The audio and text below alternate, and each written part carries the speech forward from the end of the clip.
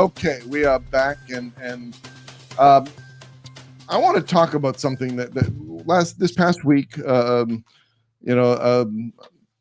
very famous man, a pioneer in Amen. what he's doing, passed away. Rush Limbaugh, and you could you may have grown up with him, you may have liked him, you may have disliked him. It doesn't really matter. That's not really the story here, because you can read all about him and listen to some of his former things that he did. He started in 1988. I mean, before that, but syndicated in 1988, right at the end of President Reagan's term, right into President Bush's term. And then he's been on syndicated radio ever since. The number one talk show host, set a blazing trail for many, many other conservative radio hosts over the years. He was on loan from God. Yeah, that was his famous tagline. I always liked also his thing that he tied half his brain behind his back, just to be fair. That's right.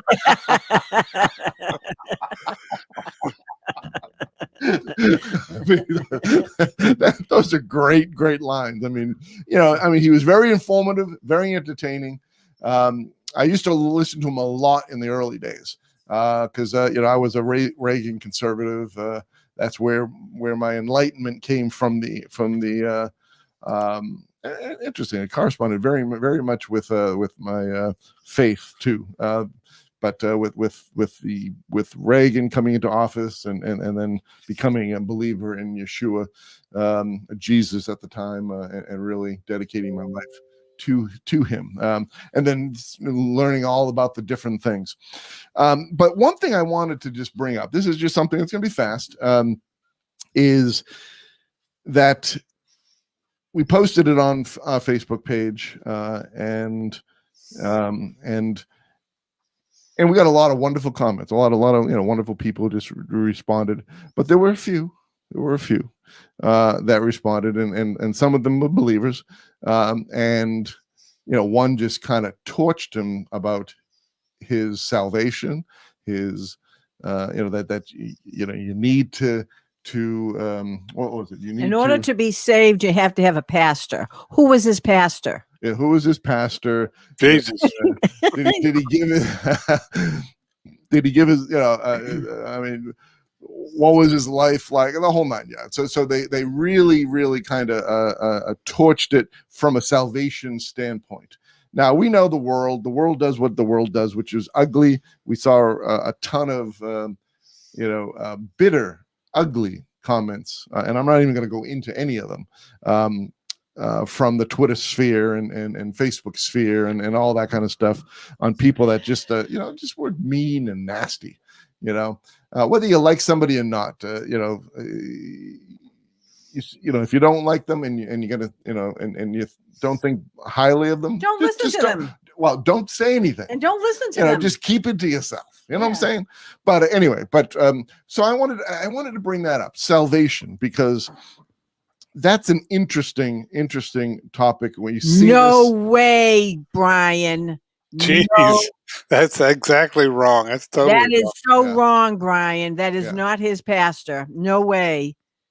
Exactly. No, exactly. That is not his pastor. I think you're talking about somebody else. Yeah, there's another one that was a president. It starts with an O.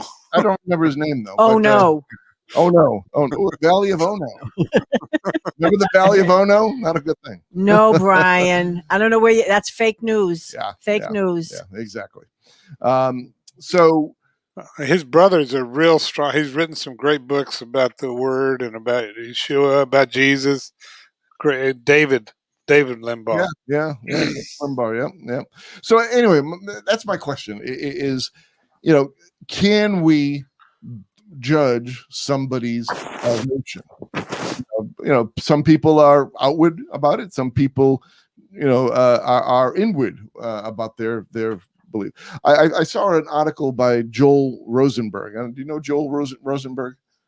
He's a Jewish believer, and he wrote many books. And he wrote a book. I can't remember the name of the book, but actually that's where it was about maybe 10 years ago. I read this book. It was a novel, but it was so prophetic of what was happening at the times that was incredibly.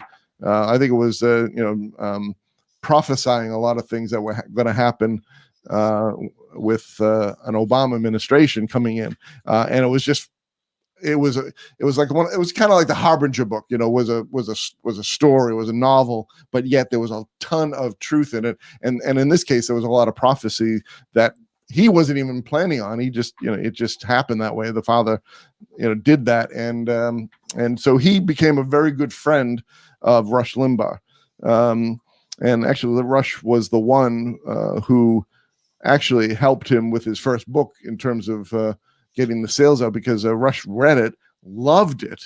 I mean, and Rush didn't bring people on to interview unless you were a president or a Speaker of the House. He basically made his living, and the talent that he had was talking. He took very few questions. He took some, but he took very few, and had very few guests on. But he brought Joel Rosenberg on, and Joel over there, that was 10, like I said, 10 years ago or something like that. And more than that. Yeah, probably more than that. Yeah, because I don't remember when I read that book, but I read that book, and I don't remember the name of it. I should have looked it up. Somebody may be able to help me. It was his first book. It's something about Ezekiel, I think. The Ezekiel Factor or whatever. There was an end time message. But it was an end time message, and really a lot of things came to pass after the book was released. And it was like, whoa, this is a prophetic book. It's an awesome thing. But it always interested me and kind of and grated on me that people could say something about someone's salvation. So what is the deal here? What is how do we go about looking at that from a biblical standpoint? I know this is news, but it's just this is the news thing that Rush Limbaugh passed away, stage 4 cancer, lung cancer. This past week, I think it was the 17th, Wednesday, but yet people are torching him because of they say that he didn't believe in Jesus, he wasn't saved. And all that kind of stuff. So what do you think, Jamie? What is your take on judging someone's life like that? Well, I don't. First of all, you don't. I mean, I don't have any place to judge anybody's life, but when people do that, you just look at what they did and how much they contributed, and make your judgment according to their fruit. And definitely he had fruit. By the way, the Ezekiel option was Rosenberg's first book. Yes. And but Rush was phenomenal because of his common sense. He just spoke the truth, and he spoke common sense. It's not that hard. He just spoke what was true and what made sense. And he made a sense to a lot of us because we're rational people. Americans are rational. Most of us, I'd say over 50% at least. So he spoke to the 50% that love God and are rational. So it was wonderful. I'd love to see Donald Trump take the 3 hours once a week and just talk, because he can definitely talk for 3 hours. Maybe we give 3 hours to Abigail. She can talk for 3 hours. Well, that takes care of 2 days. But he was wonderful. He was a blessing, and he definitely wants us to rise up and carry on the torch. He was lighting the way. Yeah, and Papa Al makes a very good point. It says, "By their fruits." Yes, we can be fruit inspectors. That is so true. But you cannot judge someone's salvation. That's between the Father and that person, because you don't know what happens on that deathbed. Anything especially if you have something that's terminal, that that barring a miracle, something is you're gonna pass away from this life into the next. That is for certain. That they have time to do that. Maybe a little different than a car crash, but or something like that. But even then, you can't, because you don't know what the Father does to that person's life. What do you think? Well, I think that what the word says is you know what's in a man's heart by what he says. And Rush Limbaugh was speaking truth. He was speaking truth. He was speaking righteousness. He was standing for life, liberty, and the pursuit of happiness with a very strong passion. And I believe, when this person was talking about, who's his pastor? I mean, my pastor is Yeshua HaMashiach. My Redeemer is Yeshua HaMashiach, the lawgiver. Amen. And but the bottom line is, again, a person by what they say. You can, that's how you judge the fruit, not only by their deeds. This man was an extremely generous person, very generous. And people that knew him personally knew his generosity. He was kind. He was sensitive to the needs of other people. He was sensitive to what was going on regarding what was happening in the United States of America regarding life, liberty, and the pursuit of happiness. That was what he talked about during his time. He was setting the record straight, and he would do a lot of research. He would rightly divide his information. And, one thing that was said today on one, someone said this, I'm not going to say where it came from, but he was trying to justify what was happening in the world today. He says, we've given all these people this liberty to, the gender. You can be whatever gender you want. Whatever you want to do, you can do. We've given all this liberty to the people in the United States of America. Why are these things happening? Why is there so much chaos? He just answered his own question. It's lawlessness. There are laws, and Rush Limbaugh was a law-abiding person. He understood the laws of the land. Exactly. He understood the laws of the United States of America. He also understood the laws of the Bible. He knew the Bible, and he knew the Bible. He would quote the Bible, and he was living the Bible. And when he came to the very end of his life, he was constantly saying, thank you for praying for me. I'm still alive. Thank you for your prayers. So he knew the power of prayer. He knew there's a living God. He knew the living Elohim. And so he knew in his heart. That man, Teshuvah, he repented. He was a drug addict. He repented from it. He went through a terrible time of his hearing being lost. This is a man that, needed his hearing being on the radio. And then he went through this devastating lung cancer. So, it said, don't judge a man until the end of his life. Do not judge a man until the end of his life.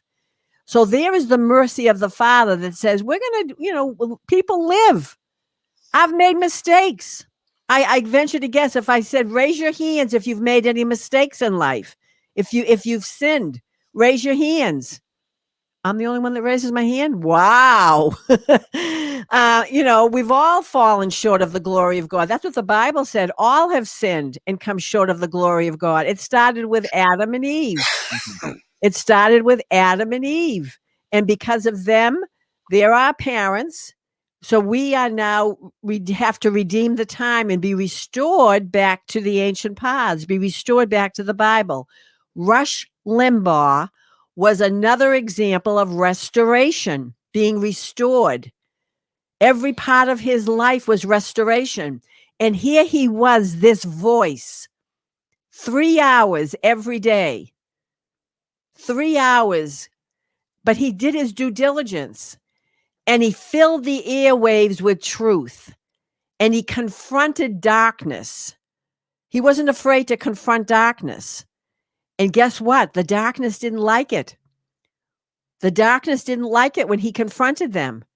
We know another person that confronts darkness for such a time as this, and the darkness doesn't like it. So I would venture to say that Rush Limbaugh had a relationship with the creator of heaven and earth. Yes. And I venture to say that as we're embracing Purim soon, and what was the key phrase in Purim?